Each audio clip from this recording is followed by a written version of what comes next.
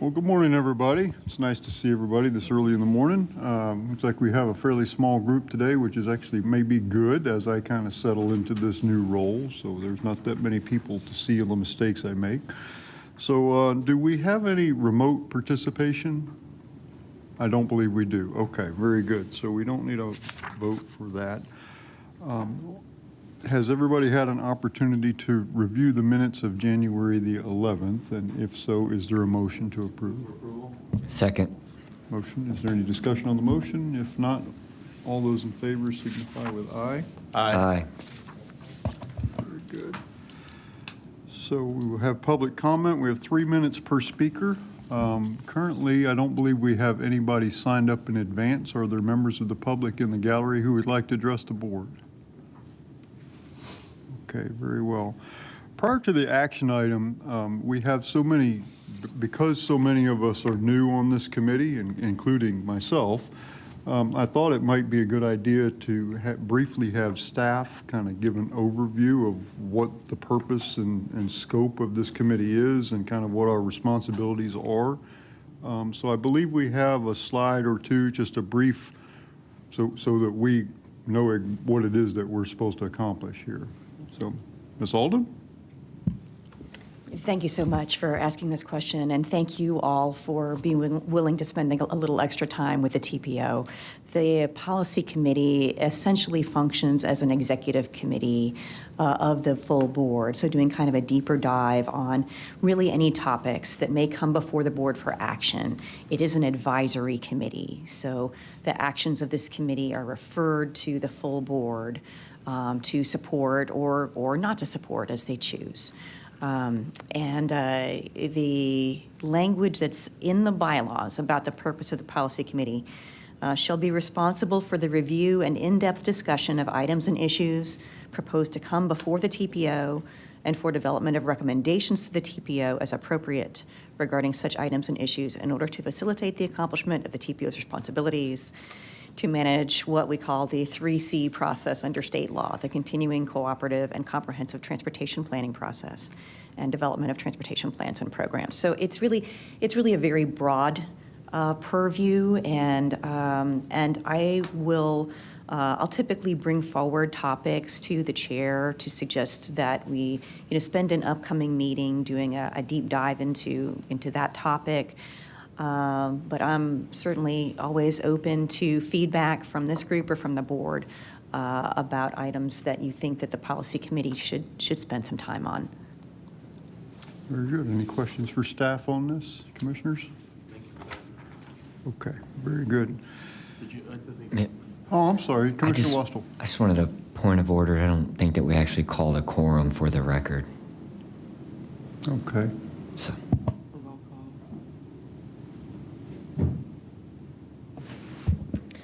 Mayor Ross, Here.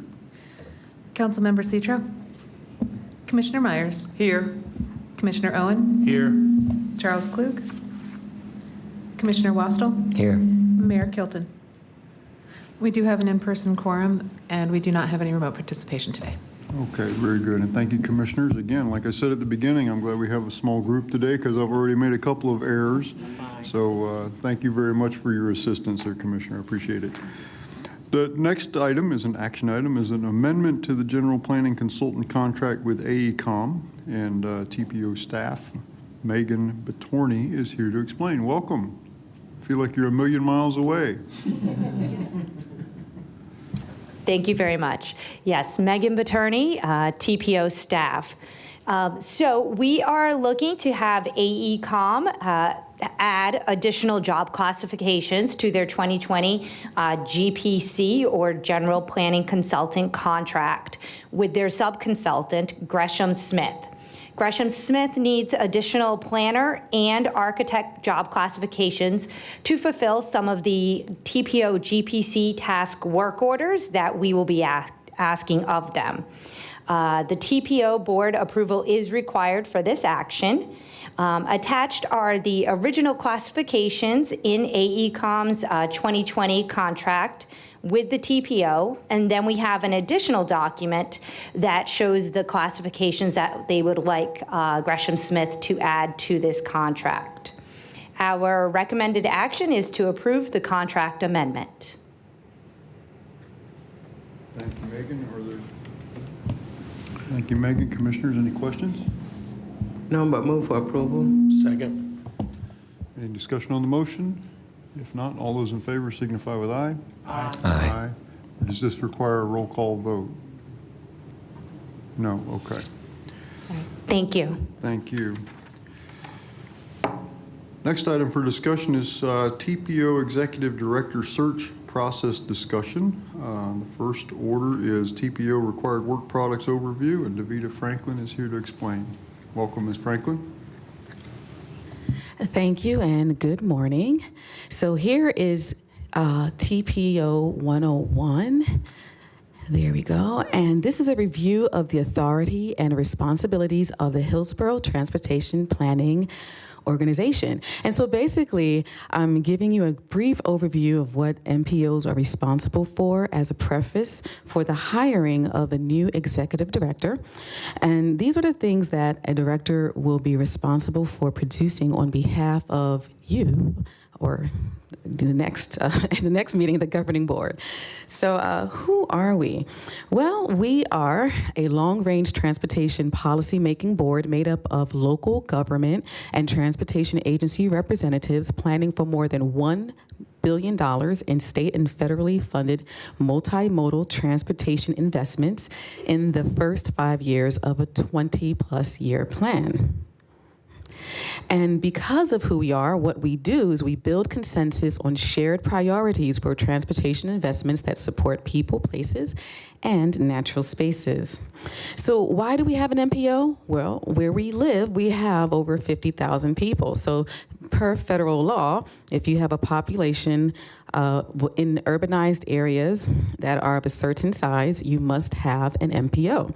Federal dollars can only be spent on transportation projects in the long-range plan and the Transportation Improvement Program adopted by the designated and certified MPO. And both federal and state law require an MPO for each urbanized area designated by the governor plus local governments representing 75% of the population. So under Florida state law, we do have a broad responsibility to manage a continuing cooperative and comprehensive transportation planning process and to produce plans and programs that give emphasis to facilities that serve important national, state, and regional transportation functions. We also produce plans and programs consistent with approved local government comprehensive plans and provide a forum for cooperative decision-making by officials of affected government entities. And so federal law requires that we produce certain projects and products, such as the Long-Range Transportation Plan. So this identifies transportation improvements of all kinds. It looks at least 20 years into the future, sets priorities with estimated funding, and a lot of public engagement goes into producing this plan. We also produce the Transportation Improvement Program, which we'll see on the next slide. And that lists specific detailed projects with funding sources identified and budgeted, projects for the next 5 fiscal years. It's updated annually. It also includes a list of priority projects for which funding is desired.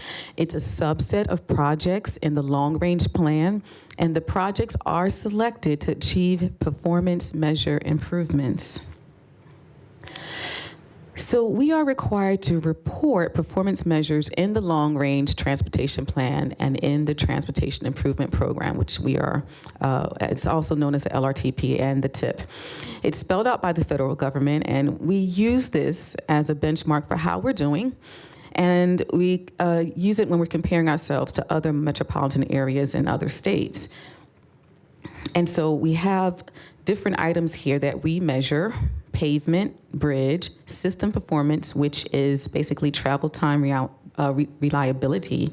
If we go to the next slide, we'll also see safety and transit asset management.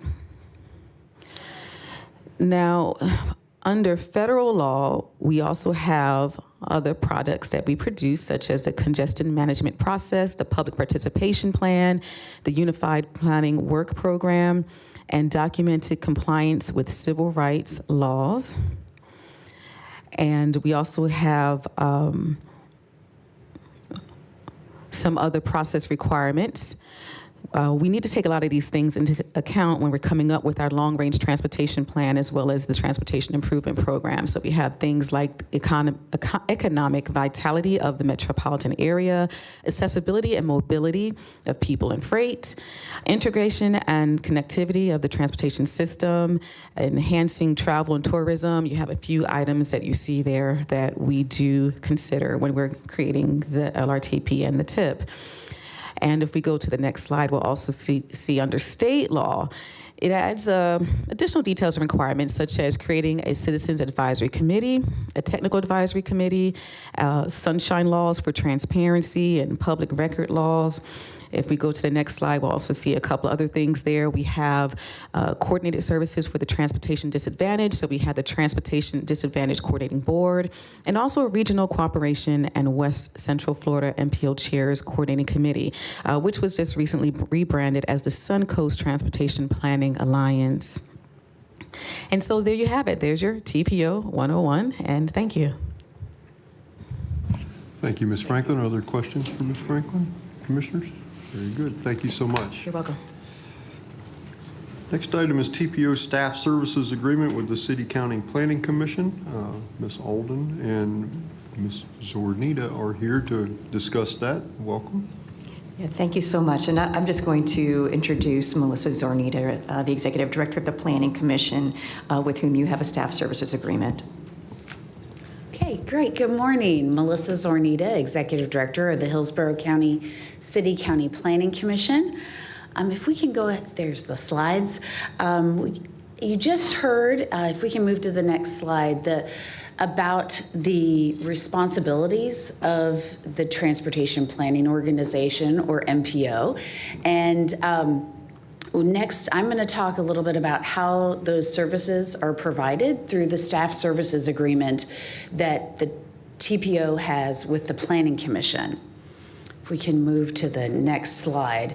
It is enabled in state statute that the MPOs across the state can have agreements with different entities to perform the services and prepare the required documents that are required by federal and state law.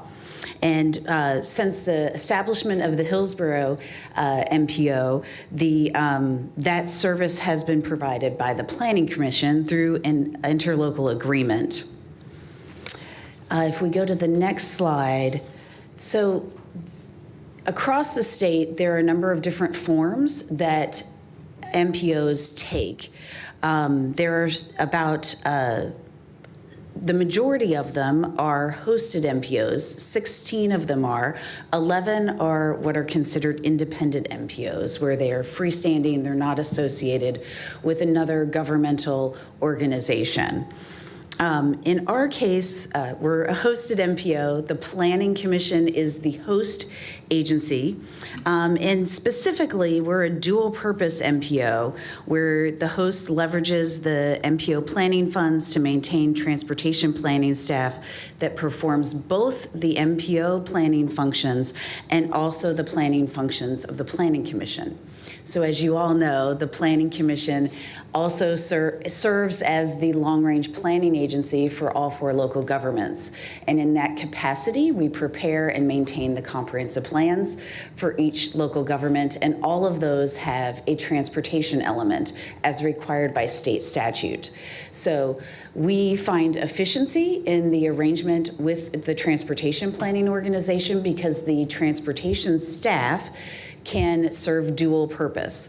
They provide, update and maintain the transportation elements of the comprehensive plans, and they prepare all of the federally and state required documents for the MPO.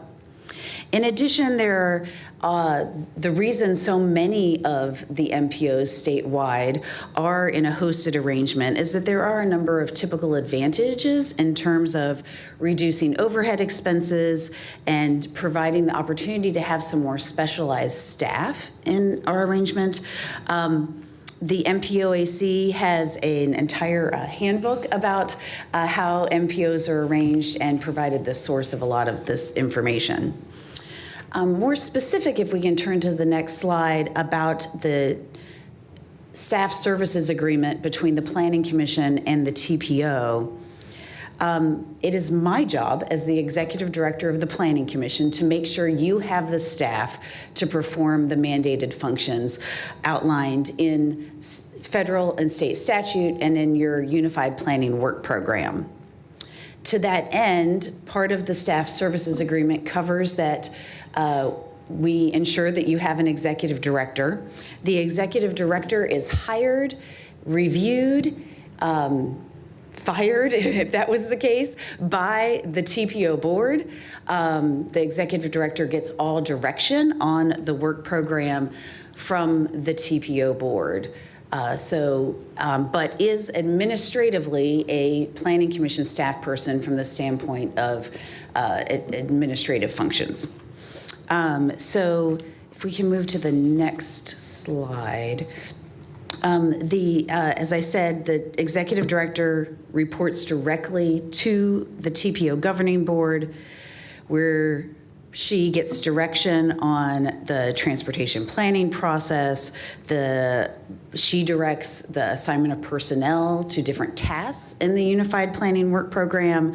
She sets the organizational structure, the procedures needed to make sure that all of the required planning documents are up to date. If we can move to the next slide. The agreement also outlines our responsibilities for this shared arrangement in terms of the commitment of personnel, enabling that the transportation planning organization can have legal counsel, making sure that our financial administration is compliant with DOT, Federal Highways, Federal Transit Administration, all of their regulations, as they are the ones who provide the grant dollars. So we have a number of reporting requirements related to that. And we ensure that we're compliant with all of that because we do have a number of shared staff through a number of mechanisms, including that we have a very detailed timekeeping system. Our staff would probably say too detailed, but we want to be very specific about how staff are using their time so that we ensure that only functions that relate to grant dollars are charged to the grants. If we can move to the next slide. So the next few slides review the staff of the Transportation Division. And I'm not going to read what's on these slides, but I did want to just highlight a couple of areas where each of these teams that report to Beth have shared functionality with the Planning Commission staff. Several of the staff positions are solely grant funded because they are predominantly focused on the TPO board functions. But for example, under Ms. Torres's team of staff, we have staff who right now are supporting the update of the Tampa's mobility element because they have a lot of focus on safety and active transportation in Tampa's comprehensive plan. So their team has taken the lead on that for us. If we move to the next slide, Ms. Ye's team focuses on health and resiliency and equity, and those have common threads throughout the comprehensive plans to varying degrees for each of the jurisdictions. So for example, Temple Terrace doesn't have the coastal issues that Tampa and the unincorporated county do, but for Tampa and the unincorporated county's plans, we've had quite a bit of synergy with Allison's group on the issues of resiliency in our coastal areas. And then the last team of staff is led by Mr. Wong, and they are have been very helpful on mapping and analysis of things like our multimodal levels of service standards, looking at functional class of roadways and how that impacts some of our land use policies. Most recently, some of you saw this in the proposed update to the commercial locational criteria. So if we can move to the next slide. We have found over the years a number of efficiencies in this approach. We have a number of shared resources on the personnel side. Ms. Betourney, who was just here, is our HR manager and also functions as handling the general planning consultant contracts in terms of selecting those individuals. So we are able to share some of those functions. We have a shared financial manager, recording secretary, and Gail.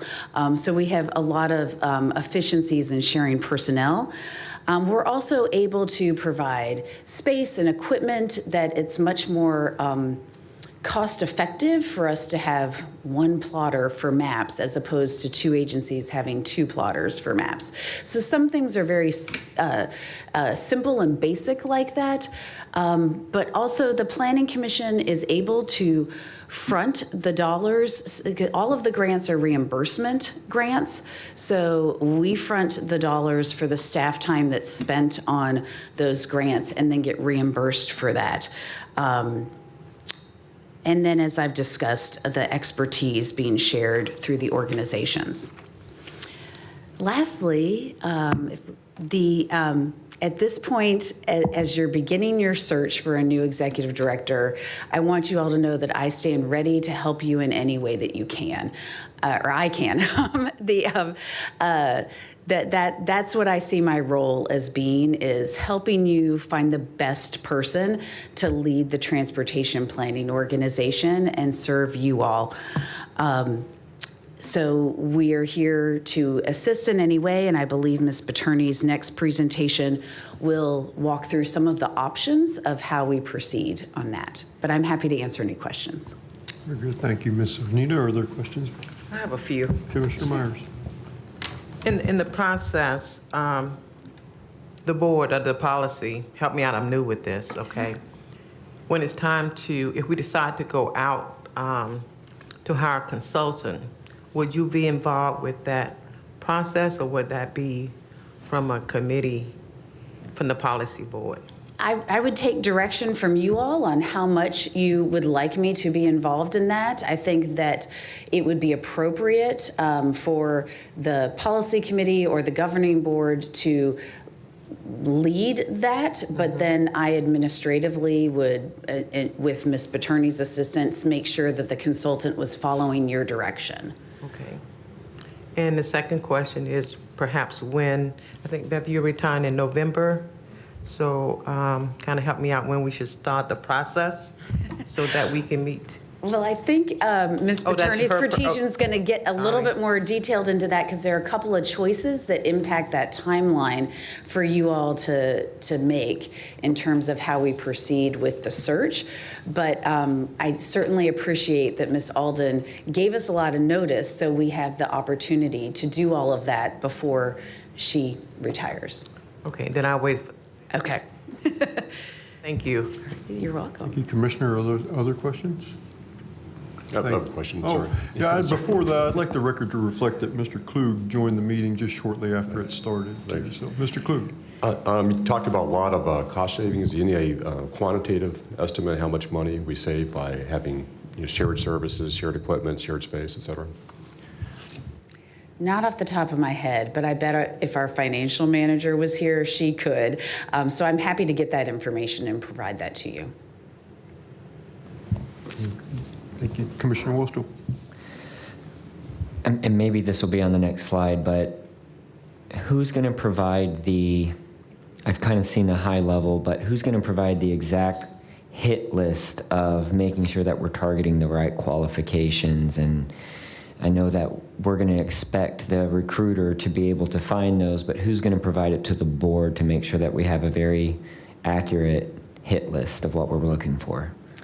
So I believe what we would do is we would prepare a draft based on what we hear from you all today, bring that back and get agreement from you all before proceeding with any recruitment. Okay, thank you. Very good. Thank you, Ms. Zornitta. Thank you. Next up, we would invite Meghan Betourney back to the podium. Welcome back. Hello, yes. Meghan Betourney, TPO staff.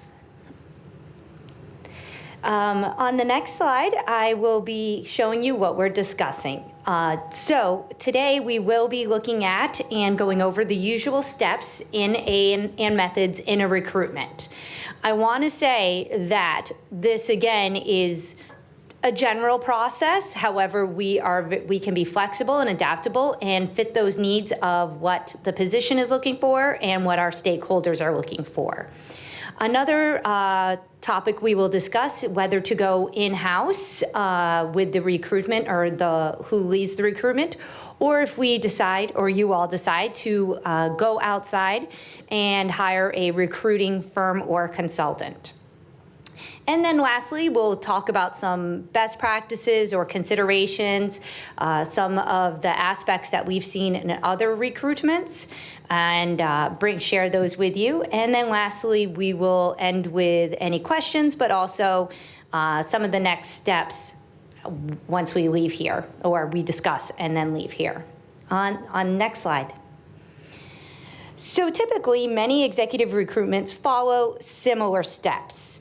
An overall timeline will be drafted. Again, as Ms. Zornitta referenced, with the different options, that could vary a little. Also, it is important to note that this will also have to be a bit fluid since all of our meetings need to be in the sunshine, so a lot will depend heavily on the availability and schedule of those involved. A job description will be drafted and will be reviewed by stakeholders, such as yourselves, and so we can work that any way you like, any suggestions. We'll bring forth some examples of other recruitments, as well as the one that was used when Ms. Alden was hired. We'll also talk about the most effective channels to find candidates. We'll also want to make sure that if there are any candidates that folks know, we reach out, or the consultant would reach out to any targeted candidates. And also, we would want to make sure that we take into consideration the goal of having a diverse candidate pool.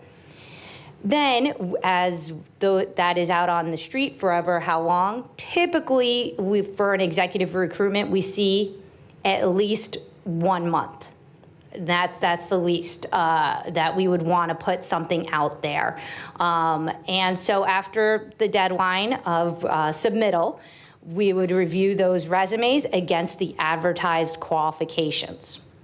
On the next slide, that continues. From that pool of candidates, a select number typically would be invited for interviews. Again, with the policy committee, if that's the direction we choose.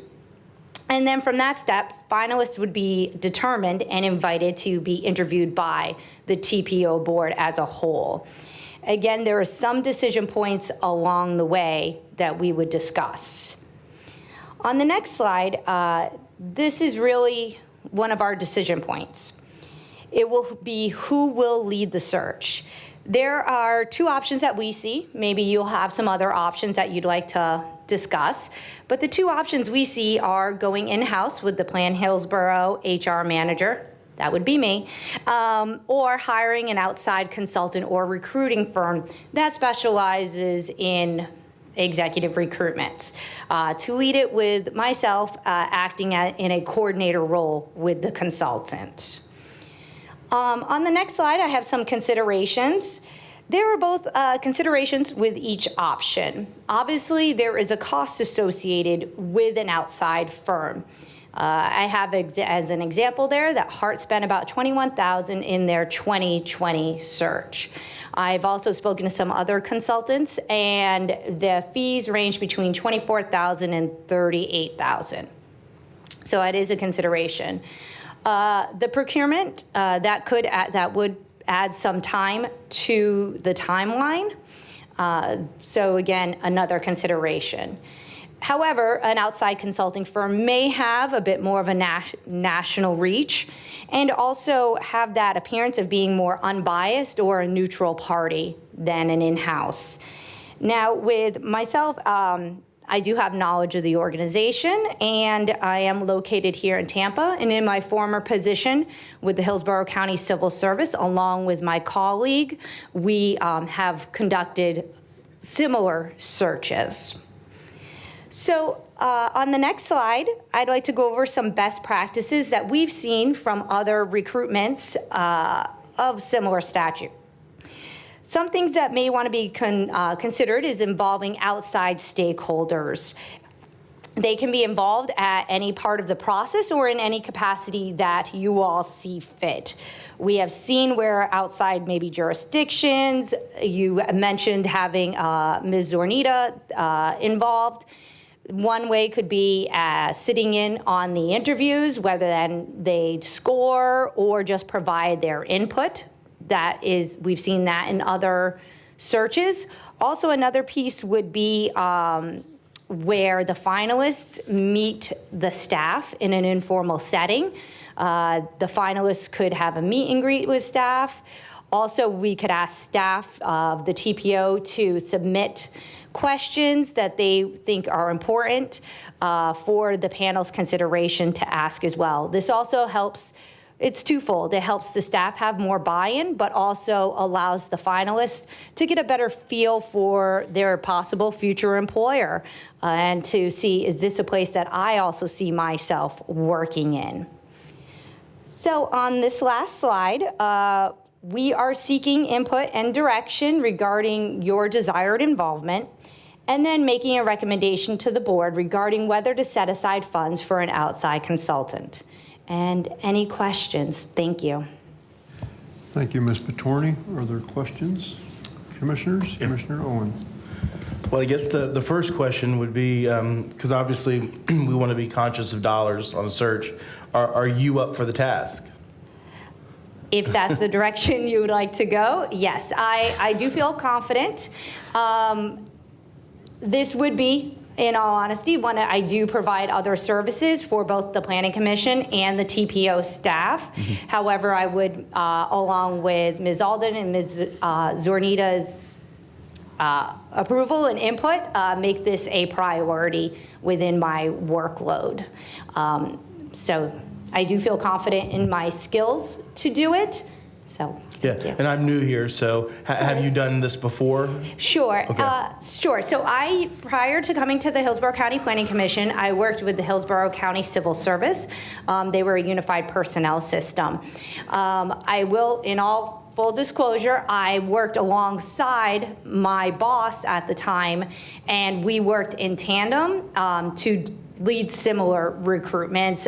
We've helped out with the county auditor's recruitment. We helped out actually with Ms. Zornitta's recruitment and her predecessor's recruitment. So I have done this before, but again, not solo. I did have the help of my boss, so. Okay.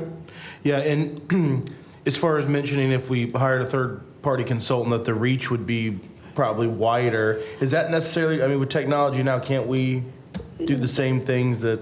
We could. It is just an advantage, though, that they end up, because they do so many recruitments, their Rolodex is probably a little deeper than mine would be, just because that's what they specialize in. That's what they do day in, day out, is government recruiting. Mm-hmm. So that would be the one area that I would ask for input on, are there candidates or are there associations that we would want to target, mailing lists, folks that Ms. Zornitta, Ms. Alden, and other staff have associated with that they feel would, I can obviously reach out and make calls and make connections as need be.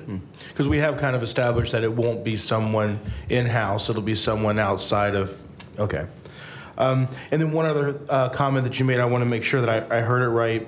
You said no later than 1 month prior to Ms. Alden leaving. Is that what you said as far as there was a 1 month comment that you made? Oh, 1 month that we'd want the advertisement out live, as I call it, live on the streets. 1 full month. Yes. Okay. Yes. Very good. Very good. Okay. Well, that's great. Thank you for that. That's all I have.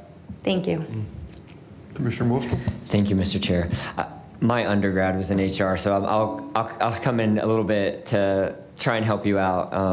This is a very specialty role. I don't really care which way we go. If you'd like it, I'll sit up here and fight for you to get it. If you would like for me to fight for it to be an outside role, I will sit up here and fight for that, because this could be kind of an overwhelming and daunting thing. And while I appreciate your energy, if you have a lot of other functions, which I don't know what they are, but if you have other general HR functions, this could be kind of an overwhelming task. So you can feel free to share with me which direction you'd like to go later. But I saw that you put the cost up there, savings. I've hired outside executive firms. The first time I did it, I was kind of sticker shocked, and I'm like, I'm going to try and do it in-house. And then I realized that the results were, as you pointed to, like really, really good, way better than what I had produced in-house. Is the cost, when I hired these firms, they base it off of the salary of the person that I was hiring? Is that how you establish these costs? Sure. So I reached out to some of the bigger names in the government consulting world and let them know. I did give them what a salary range would be. And they each based their price a little bit differently. For instance, the one that's on the higher side said that it's just so specialized that it is tough to get qualified people. And so that's why, opposed to, say, maybe a city manager or something where there's a little bit more broad skill sets, that since this was so specialized, they were going on a higher price on it. So yes. And I'm assuming then, when will we find out the proposed salary range for this role and those details? Is that later on in the process? That would be pretty early on in the process, because obviously that's an important piece of this. Sure. And so I like to put it out there on, how do you say this, Front Street? I like to put it right out there and let the candidates know what they're getting into in terms of salary. Now, that doesn't mean once we hire or we make an offer, that doesn't mean, obviously, there's a negotiation period, there's along those lines, but we would want to give a general range. And so that is something that I would come up with along with and/or the consultant as well. All right. Thank you very much. You're welcome. Thank you, Commissioner. Commissioner Myers? Thank you. Yes. My first question is, do we have funding available if we decide to go out to hire a consultant? Yes, I believe Beth has been, Ms. Alden has been working with some of her team on looking at that funding. Ms. Alden, do you have anything further on that? So we would bring that back next month as an amendment to your Unified Planning Work Program and be able to show you where the funds would shift. Right now, we don't have funding for a consultant in Task 1, which is administrative tasks. So we would need to shift some funds from either systems planning or the long-range transportation plan. We can probably accommodate that with some changes in scope to some of the other tasks that we're working on. Thank you. On one of your slides, you had to consider DEI. We shouldn't have to consider that. That should be automatic, inclusive. Yes. In everything we do. We have to consider how we're going to change the culture here in Hillsborough County. You know, when I see something say consider, no, those days are over. So if we can make that a part of everything we do, particularly when we're out recruiting for this position. And then the third item for Ms. Alden. You worked in this position 20 years? I'm just joking. Was it 20? I started with the Planning Commission back in 1999. Okay, pretty close, sir, something like that. Would you have any input to share in developing the scope of services for this position as we move forward. So if it's something that you've worked on over the years that is not included, you have done to make sure we capture it in this process. Okay. Okay, just want to be clear. Okay, thank you. Thank you, Commissioner. Mr. Klug? Yes. Going back to the staff services agreement, Ms. Betourney, would you have be billing additional cost to the TPO for your time, or that to be inclusive of what you normally the time is? That would be inclusive in my current salary, Okay, yes. so there would be an additional cost if you handle this function, but there might be expenses as far as advertising, things like that. Correct, yes. So any advertising would probably be the biggest expense additional to my salary. And since this is a very specialized area, how would you recruit for that as far as advertising? And do you have any idea where would you go to look for a qualified candidate? Sure, I'd be working with Ms. Alden and Ms. Zornitta on that. Now, have I done the high level of this one? No, but I do the recruitments currently for all our positions. So APA Florida, APA National. We also work with different transportation groups and professional associations, as well as people that have networks. And I know Ms. Zornitta and Ms. Alden have quite the networks, as well as you all. And so I am definitely capable of doing that. That is the one piece that I feel confident in my skills throughout the recruitment process, recruitment steps. That is the one piece that I do feel that could be an advantage of going with an outside consulting firm, is generating a really good candidate pool. That's probably the one piece, in full disclosure, where I have my most concern. Otherwise, I feel very confident in my skills along the way of the process. My experience at the port, when we've gone out for executive director, I've been involved in that a couple of times, is that we've used executive recruiting firms that have databases like you mentioned. And they'll specifically go after certain individuals. They'll contact them. Do you have any limitations on contacting anyone that might be interested? You know, as far as, calling up or sending them some correspondence, are you interested, versus just advertising? Sure, no, I am fully capable, and there's no conflict there where if you say, hey, I know somebody who I think would be a good fit for this job, I am more than happy to reach out to them. Okay. Thank you. That's it. Thanks. Thank you, Mr. Klug. Ms. Alden? Thank you. I just wanted to offer that the fact that this is very specialized is, is both an advantage and a disadvantage for recruitment. The pool of MPOs across the country is fairly limited. There's a little bit more than 400 MPOs across the country. What that means is that there are some professional organizations where we all stay in touch with each other. So there's a lot of networking that happens among the MPO directors, both nationally through the Association of MPOs and in the state of Florida through the Florida MPO Advisory Council. There's another national organization that's a little bit larger, the National Association of Regional Councils, which has a great acronym, NARC. But it includes both MPOs and regional planning councils. As I said, the members of these organizations stay in touch with each other, and so I would be doing everything that I can to make sure that you all get some great candidates to consider, and reaching out to my network. Thank you, Ms. Alden. Yes, you do. Well, I saw Commissioner Myers. You go first, yeah. Commissioner Myers? And this might be too early to ask. Sure. But the makeup of the panel, Mayor Ross chairs the policy, and I chair the TPO. Would we be involved as a part of the panel?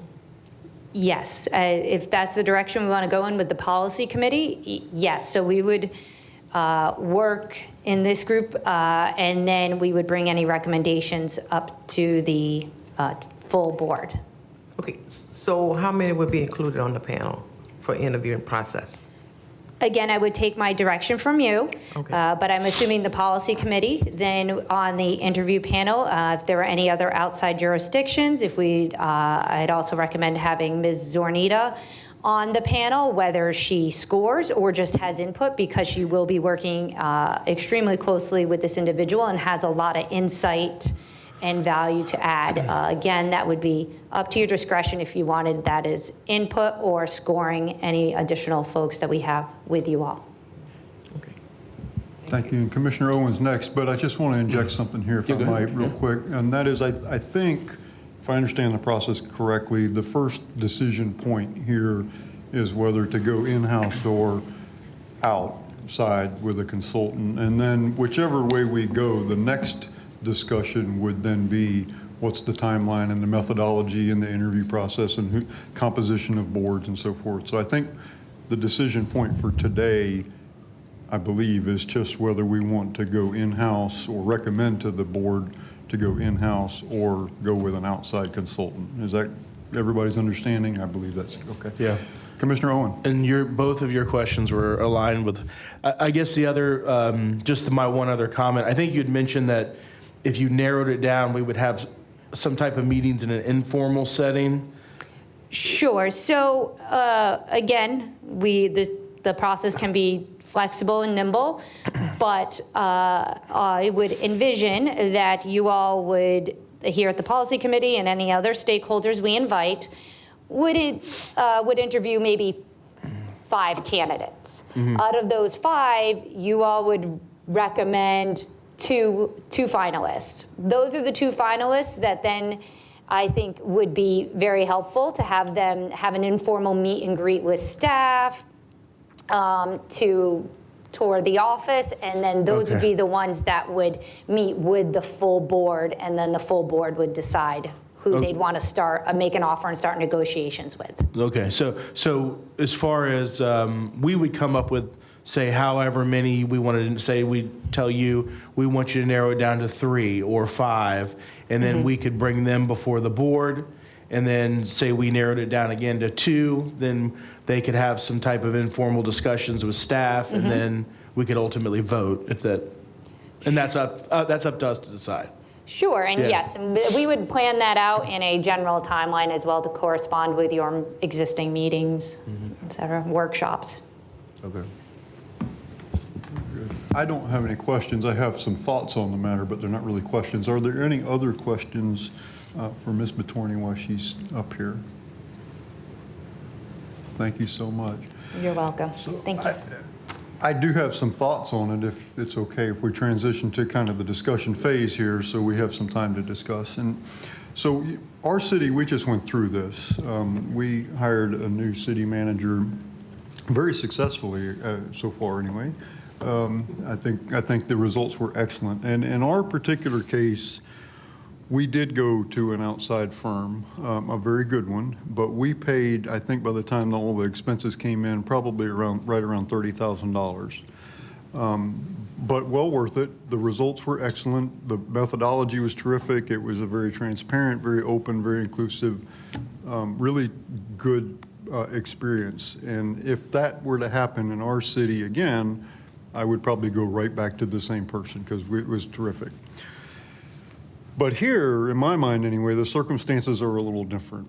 And I think, for a couple of reasons that I'd like to share with you, and certainly would like to hear everybody's thoughts, I think that in this particular case, it might be better, more appropriate for us to go in-house. And the reason I say that, there's a couple of reasons. One is I know November seems like a long ways off, but it is not.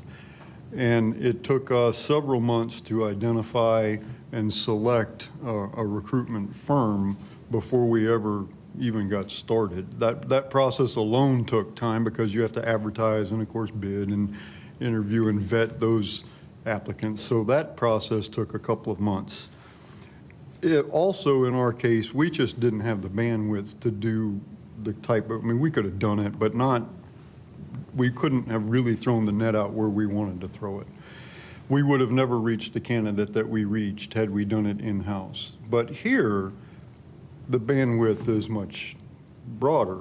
And here we do have the depth of experience. And the resources and the networks and we have the ability here in the county building to do this. So it's less time.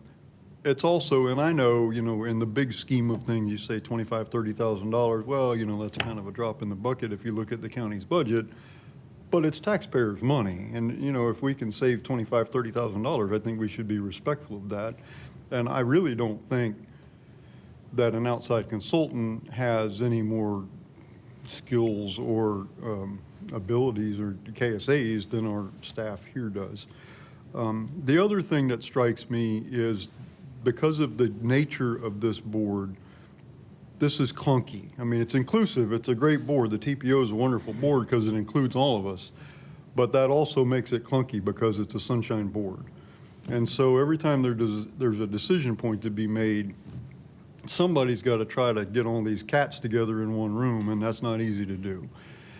And so I think the lines of communication would be much easier if the recruiting person was on the staff as opposed to an outside. I think that makes that a lot easier too.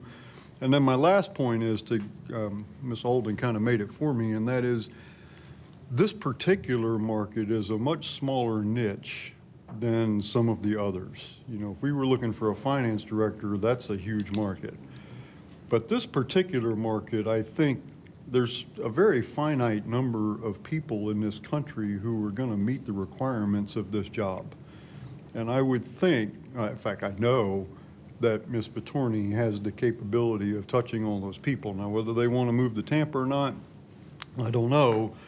But there's a finite number of people that have the credentials to have this job. And so we don't need to necessarily touch 200,000 people in, Idaho or something. I mean, we know where these people are because there's ways to filter them out. My recommendation or my thoughts are, of course, subject to what your opinions are, I think we should recommend to the board that we go in-house and that we, as a policy committee, work with Ms. Betourney and Ms. Alden to establish a proposed timeline and methodology of how the candidates would be vetted, how the interview processes would work, who could be included at those various steps. Of course, that would, in my mind, any TPO board member that wished to be included would be included. I think it would be foolish of us to, if somebody on this board or on the whole TPO board wants to be included, they should be included. But at our next TPO meeting, we could present a plan, say, okay, today we need to decide we want to go in-house or outside, but with the direction that whichever way we go, by the next meeting, we would come back, say we, as a policy committee or the staff or whoever is selected to work together on this, come back and put something before the board to say, this is how we think this should work. This is the decision points. This is how it shakes down the funnel. And so by next meeting, we have a preliminary plan to put before the board for input and then decision. So those are my thoughts. So Commissioner Wostel? Yeah. Thank you, Chair. I think all of us are sensitive to the county's dollars. I mean, that's probably one point of agreement that we have. The challenge with does it save the county money? That question overlooks the potential attrition costs of us not getting it right the first time, and then we would lose the benefit of Miss Alden not being here if we have to take another bite at the apple because, I mean, let's face it, sometimes hiring these executive positions, it doesn't work out, and then a year later you're kind of chasing your tail, and then we wouldn't have her here as a benefit. And it's absolutely nothing to Mrs. Betourney. Again, it's just that this can be a very overwhelming task. And the fact of your point of it being such finite credentials makes it more targeting is actually why you would go to a specialist. I mean, in the line of communication concern, I mean, those individuals will particularly have better and more available and open and direct lines of communication in my experience, because it's all that they do. And they won't be overwhelmed with all of the other tasks that she is doing. So I just want to make sure that while yes, it might be $30,000, which I'm very sensitive to, what are the potential costs of us not doing it right the first time? That's all I got to say. Thank you. Thank you, Commissioner. Other comments? Mr. Yeah, I would Klug. agree that if you will, for the executive search firm, it's 2 months might be, pretty optimistic. It might take 3 months to go out and do an RFQ or RFP for those services coming back to the board for approval. Imagine we have to approve that contract. So it's a timing issue too, as far as when do we get the responses back and who's going to evaluate it. Is there an evaluation committee that does that? Will this policy committee be the ones that evaluate the proposals? And so probably 3 months before we get an outside firm. So we just have to factor that in, and if Ms. Alden would like to stay longer, perhaps. I mean, until next year, perhaps, because the process may take longer than we think. That's my comment on that. Thanks. Thank you, Mr. Klug. Others? Commissioner Owen? Yeah, and great points, Commissioner and Mayor, that you both made. I'm leaning a little towards Mayor Ross to handle it in-house. I think that we have the capabilities, and I think also having Ms. Alden here to have her help through this process, as you mentioned, there's so many other means of things that you're members of that I don't even know what they mean, that probably, who knows, you may have already gotten some interest by now. So I think that that we could handle this in-house. It's a tough decision, and I agree with a lot of what Commissioner Wostel said, but I think that we have the resources here. So I'm more inclined to say let's. Now, would we make a motion here today to do that, or is that something for next time? No, I believe that we make a motion here, and then we make a recommendation at our next meeting to the entire board saying that this is what the policy committee recommends. Okay, well, I'll do that. I'll make that. Well, let me unless- make sure that Commissioner Myers, Yeah, I think, let me, but. So Is it Commissioner Myers. possible we Well, you were can done, get- I'm sorry. Oh, You were- I'm sorry. Okay, Commissioner Myers. Sort of like a little timeline, Cheryl, could you bring the draft timeline back up? This is just schematic for now.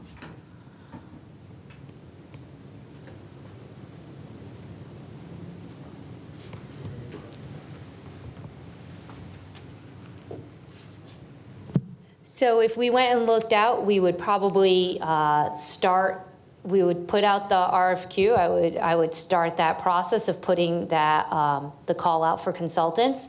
3 months, if we go through there, then maybe we're looking at May.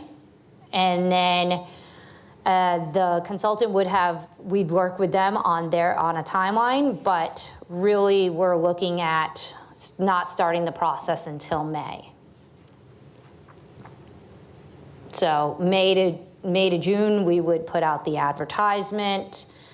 Then also, as resumes come in, we would be evaluating them. So it's not necessarily that we would not be evaluating resumes as they come in, but still that takes another few weeks to look at it. So even in 4 weeks, we go May to June, and then June to July.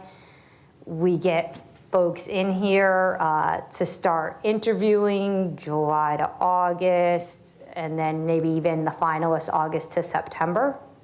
So maybe September, October, we could do that. But again, I can always come back with a more detailed timeline depending on which options you decide today.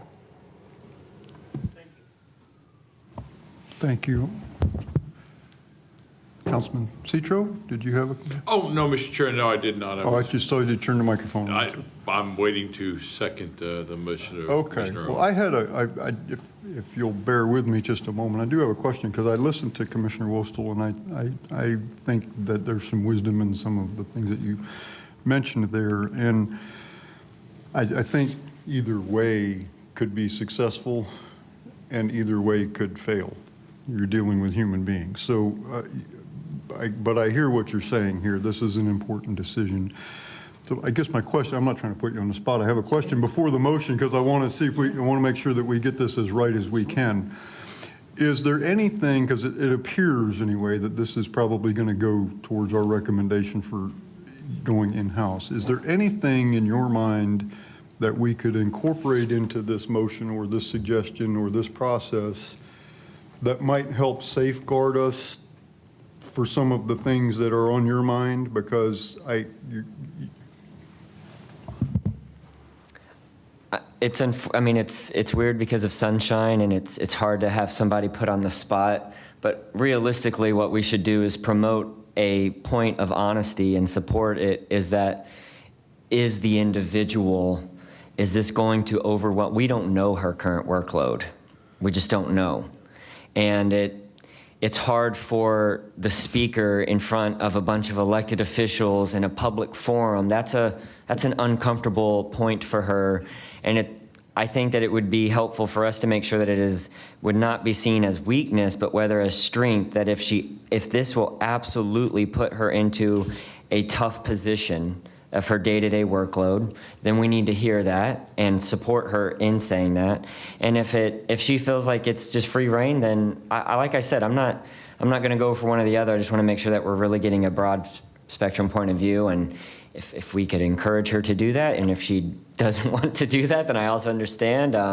That's what I would say. There's nothing that you can do to prevent any error. It's really making sure that we are not putting too much on someone when we are not the ones in charge of her workload. That's a very, very good point, Commissioner. Thank you. Ms. Zornitta, would you mind coming? That's where I was going. Oh, I'm sorry, I didn't see you, Commissioner. So, Ms. Zornitta, I don't want to put Ms. Betourney on the spot, but it doesn't bother me a bit to put you on the spot. That's fine. So, in the spirit, because I think Commissioner Wostel raises some good points, and I think we've all probably been in the position of saying, here I am, I can't really say. So we kind of need your honest assessment here and we're realists here. I think all of us understand the day-to-day work and the volume of work that goes, because we live the life too. Mm-hmm. And so it's easy to say, yeah, we're going to, we can commit to this, or we can commit to that, or we can take on this, because nobody, Beth, Gina, nobody wants to say, wait a minute, guys, I'm already, you can pour more water in the bucket, but that means some is going to spill out. Right. So if this is a concern, I don't expect that you're going to tell us, oh yeah, we're overloaded, we can't handle it. But if this is a concern of ours, is this something that we should be concerned about? I appreciate very much that, Commissioner Whistle, you asked the question.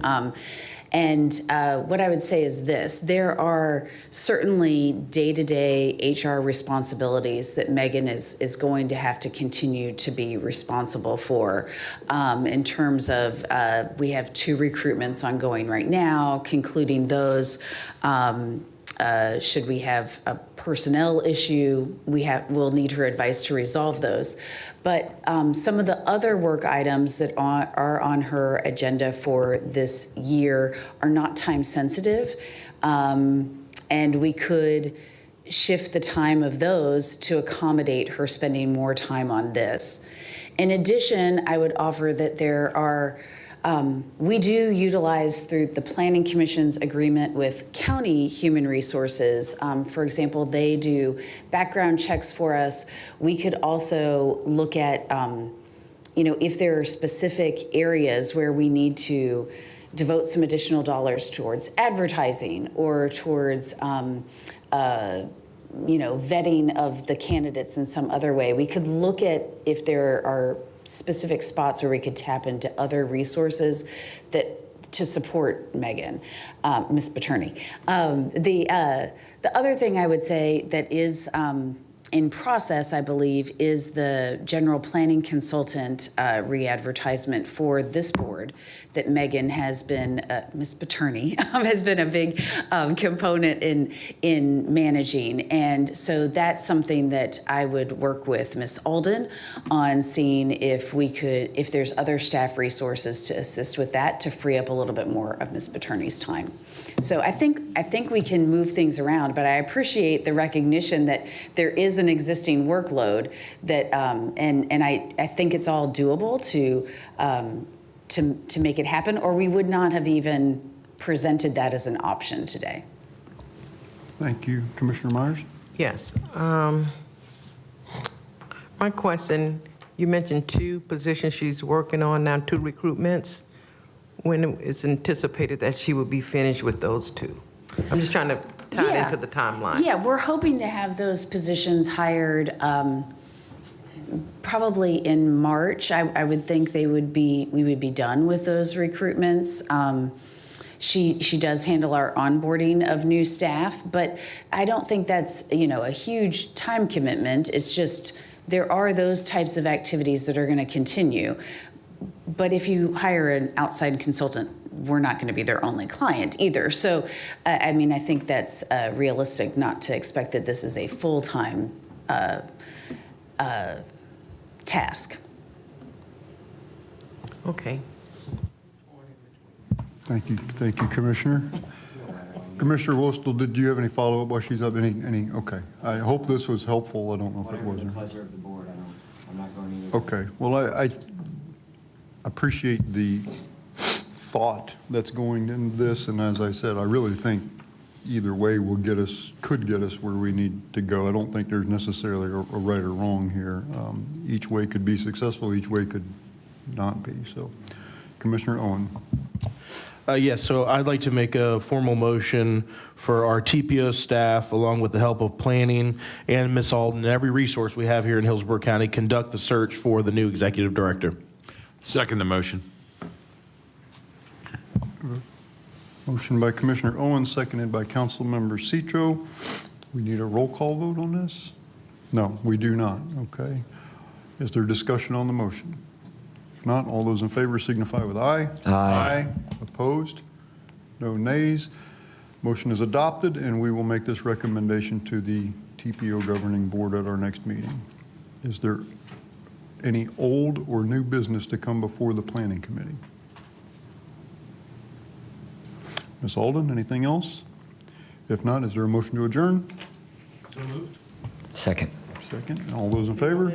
Aye. Aye. We are adjourned. Thank you. Putting up with my mistakes at the beginning.